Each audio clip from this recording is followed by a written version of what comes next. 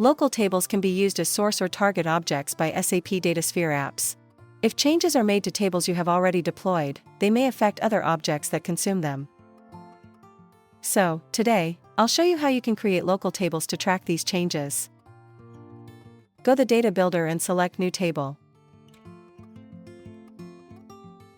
Give a name to your table and enable the option to capture delta changes.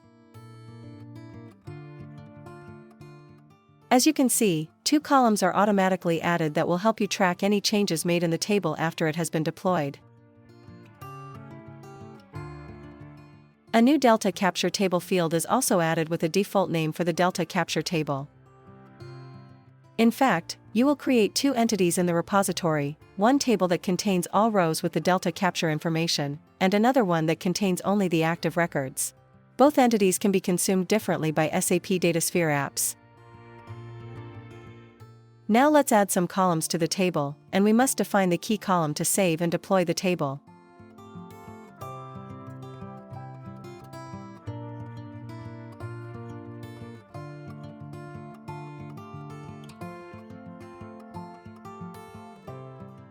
Let's now quickly add view data to my table by importing a table that I have previously created.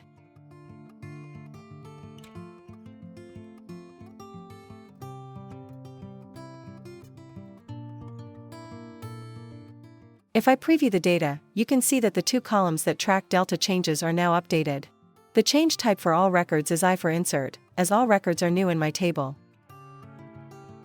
Deploy the table again. Now, I'll use this table as the source of a transformation flow.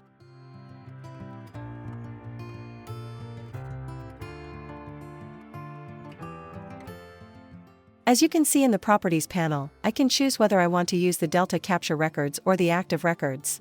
Of course, we'll use the Delta Capture records.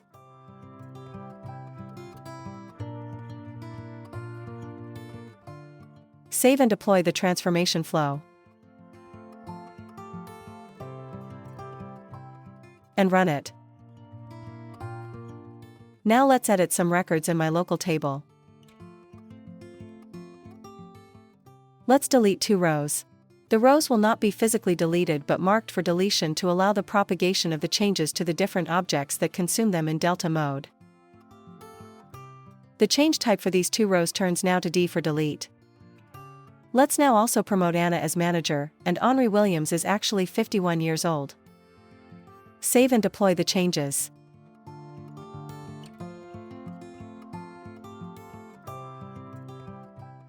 Now I'll run my transformation flow again to propagate the changes.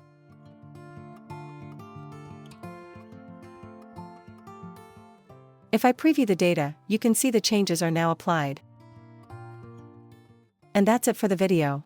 Thanks for watching.